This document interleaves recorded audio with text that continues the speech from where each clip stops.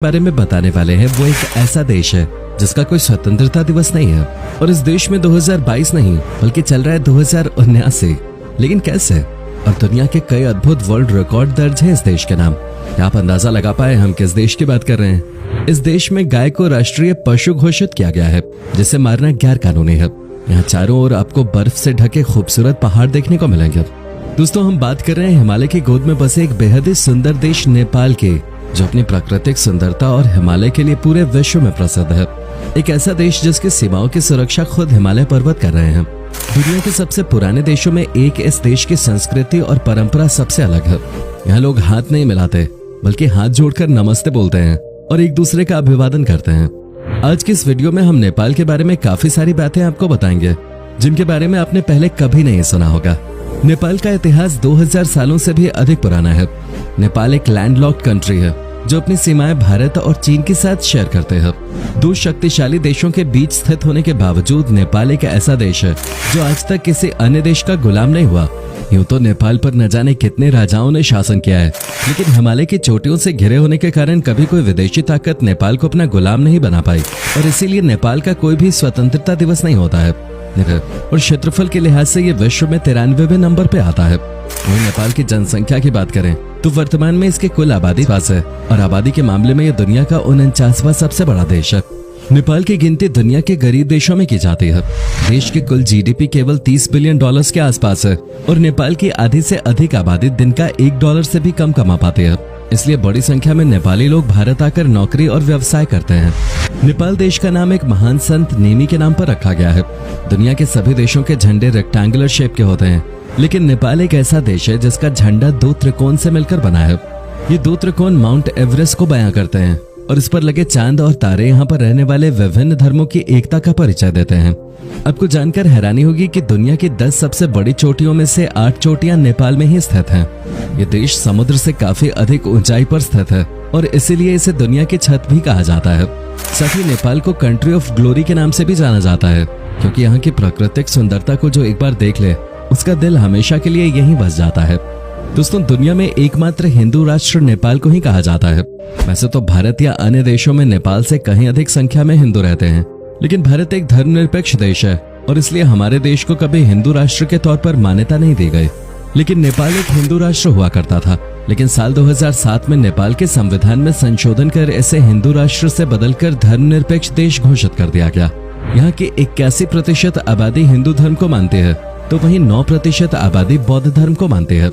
नेपाल में 4% आबादी मुस्लिम समुदाय के लोगों की है और साथ ही कई अन्य धर्मों के लोग भी नेपाल में रहते हैं। नेपाल अपने मंदिरों के लिए भी प्रसिद्ध है। ये हिंदू और बौद्ध धर्म की आस्था का प्रमुख केंद्र माना जाता है। यहाँ के मंदिर सैकड़ों वर्ष प्राचीन हैं, जिनकी बनावट देखकर श्रद्धालुओं का हृदय गदगद हो जाता है। इसे साउथ एशिया का सबसे पुराना देश कहा जाता है। महात्मा बुद्ध की जन्मस्थली लुम्बिनी भी नेपाल में ही स्थित है।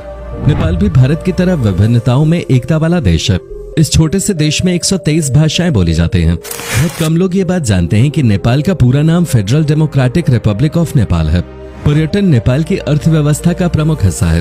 यहाँ आपको घूमने के लिए ढेर सारी जगह मिल जाएगी। काठमांडू शहर अपने आप में बड़ा इतिहास समेटे हुए है। इस शहर में 7 यूनेस्को वर्ल्ड हेरिटेज साइट शामिल है। अगर आप कुछ दिन शांति के साथ व्यतीत करना चाहते हैं तो पोखरे की झीलों का रुख कर सकते हैं। ये जगह 900 मीटर की ऊंचाई पर स्थित है, जहाँ से आपको खूबसूरत नेपाल और हिमालय की वादियों के दर्शन होंगे। पशुपतिनाथ मंदिर के बारे में तो आप सभी ने सुना ही होगा। इसे नेपाल की शान माना जाता है। इस मंदिर के दर्शन के लिए हर साल लाखों की संख्या में सैलानी आते हैं। ये भगवान शिव के 8 प्रमुख धामों में से एक माना गया है। इस मंदिर के चारों ओर चांदी के दरवाजे लगे हुए हैं। सावन के महीने में पशुपतिनाथ मंदिर का अद्भुत नजारा किसी का भी दिल जीतने के लिए काफी है। इनके अलावा नेपाल में एक स्तूप भी बना हुआ है, जिसे बुद्ध की आंखें भी कहा जाता है। ये जगह भी बौद्ध श्रद्धालुओं के बीच काफी प्रसिद्ध है। नेपाल का राष्ट्रीय खेल लंबे समय तक गिल्ली डंडा हुआ करता था। गिल्ली डंडा किसी देश का राष्ट्रीय खेल भी हो सकता है, ये बात सुनकर आपको हैरानी जरूर हुई होगी। लेकिन जून 2017 में वॉलीबॉल को नेपाल का राष्ट्रीय खेल घोषित कर दिया गया। दोस्तों, हाथी पोलो खेल की शुरुआत नेपाल से ही हुए थे। इसके अलावा कबड्डी, क्रिकेट और फुटबॉल जैसे खेल भी नेपाल में खेले जाते हैं। इंटरनेट स्पीड के मामले में नेपाल की गिनती दुनिया के सबसे पिछड़े देशों में की जाती है। यहाँ की एवरेज इंटरनेट स्पीड 256 kbps है, यानी एक और जहाँ दुनिया 5G को लॉन्च कर रही है, वहीं नेपाल आज भी 2G इंटरनेट स्पीड का ही इस्तेमाल कर रहा है। दोस्तों फिलहाल पूरी दुनिया में 2022 चल रहा है, लेकिन नेपाल में फिलहाल 2079 चल रहा है। ऐसा इसलिए क्योंकि दुनिया के सभी देशों में ईसा पूर्व कैलेंडर फॉलो किया जाता है, लेकिन नेपाल में विक्रम संवत कैलेंडर इस्तेमाल होता है। इसी वजह से नेपाल में नए वर्ष का जश्न 1 जनवरी को नहीं बल्कि अप्रैल के मध्य में मनाया जाता है। नेपाल का टाइम जोन भी अलग है। यहाँ माउंट एवरेस्ट के आधार पर टाइम चलता है और दुनिया के मानक टाइम जोन से नेपाल का टाइम 45 मिनट पीछे है। नेपाल में आज भी लव मैरिज का चलन बहुत ज्यादा नहीं है और 90% से अधिक शादियां माता पिता की मर्जी से अरेंज ही होते हैं। कई गाँवों में आज भी शादी से पहले महिला और पुरुष की मुलाकात नहीं कराई जाते। इस बात से साफ जाहिर है कि नेपाल के लोग अपनी संस्कृति और परंपरा को लेकर कितने पक्के हैं। नेपाल में लिटरेसी रेट 68% के आसपास है। इसे बढ़ाने के लिए नेपाल प्रयास कर रहा है, लेकिन कई दुर्गम गांवों में आज भी प्राथमिक विद्यालय तक नहीं है। यहाँ से स्कूलों तक आने के लिए लोगों को कई किलोमीटर पैदल ही सफर करना पड़ता है। यहाँ कई गांव ऐसे हैं जहाँ से सड़क तक आने के लिए लोग 3-3 घंटे पैदल ही चलते हैं। दोस्तों दुनिया के अधिकांश देशों में रविवार के दिन छुट्टी होती है, लेकिन नेपाल इस मामले में भी अलग है।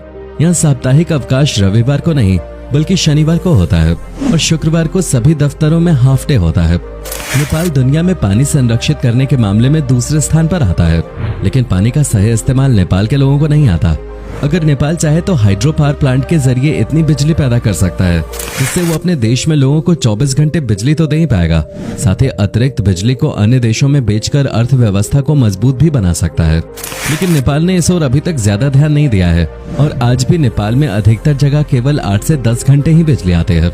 बिजली की भारी कमी के कारण यहाँ पर कभी मैन्युफैक्चरिंग और इंडस्ट्रियल सेक्टर अपने पैर नहीं जमा पाया। हालांकि यहाँ हाथ से काम करना लोगों को अच्छे से आता है। नेपाल में टेक्सटाइल इंडस्ट्री काफी मजबूत है। इसके अलावा कारपेट, सीमेंट और शुगर का एक्सपोर्ट भी नेपाल करता है। नेपाल और भारत के बीच हमेशा से ही काफी अच्छे रिश्ते रहे हैं और आपको बता दें कि नेपाल के लोगों की भर्ती भारतीय सेना में भी की जाती है। नेपाल के लोगों को गोरखा सेना में भर्ती किया जाता है, जिसकी शुरुआत ब्रिटिश इंडिया के दौरान हुए थे। दोस्तों नेपाल एक ऐसा देश है जहाँ कभी भी धर्म, जाति और समुदाय को लेकर दंगे नहीं हुए।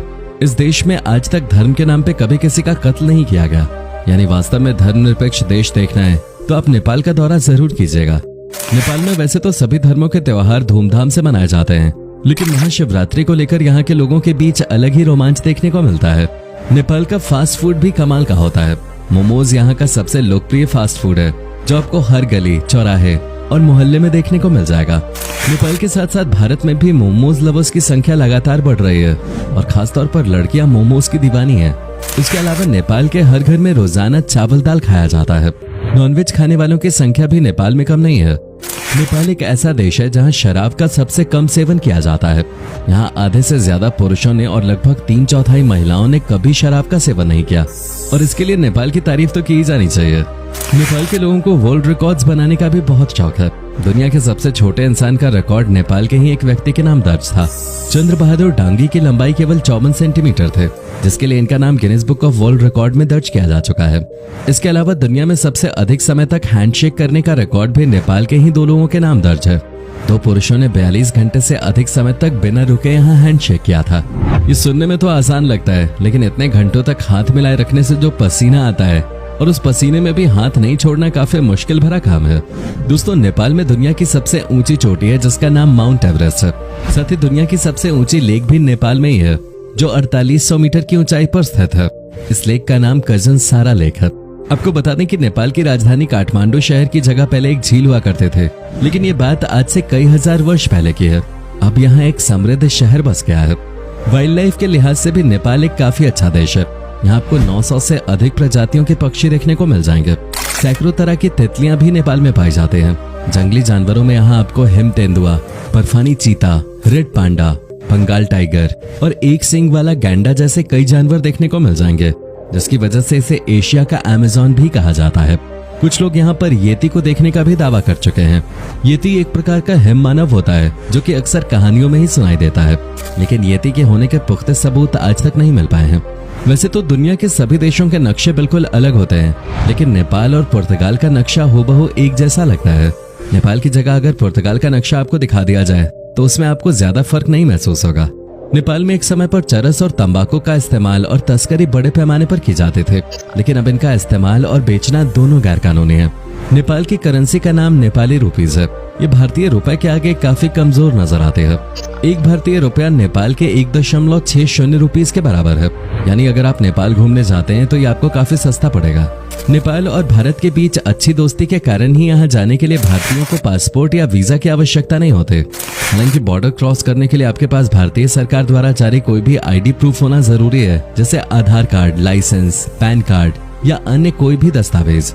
अगर कम बजट में विदेश घूमना चाहते हैं तो नेपाल परफेक्ट टूरिस्ट डेस्टिनेशन है। आप ट्रेन, बस या हवाई जहाज से कैसे भी नेपाल तक पहुंच सकते हैं। नेपाल पहुंचने के बाद आपको यहाँ की प्रमुख जगहों पर घूमने के लिए 25 से 30 हजार रुपए चुकाने होंगे। इतने बजट में शायद ही आप किसी और देश में घूम पाएंगे। और नेपाल में जगह जगह मंदिर और प्राचीन स्थल देखकर आपका मन भी प्रसन्न हो जाएगा। दोस्तों, आज के इस वीडियो में हमने आपको मुफ्त में नेपाल की यात्रा कराई है। उम्मीद करते हैं आपको ये वीडियो अच्छी लगी होगी। अगर आप कभी नेपाल गए हैं तो अपना एक्सपीरियंस हमारे साथ जरूर शेयर करें। साथ ही और किस देश के बारे में जानना चाहते हैं कमेंट सेक्शन में हमें जरूर बताएं।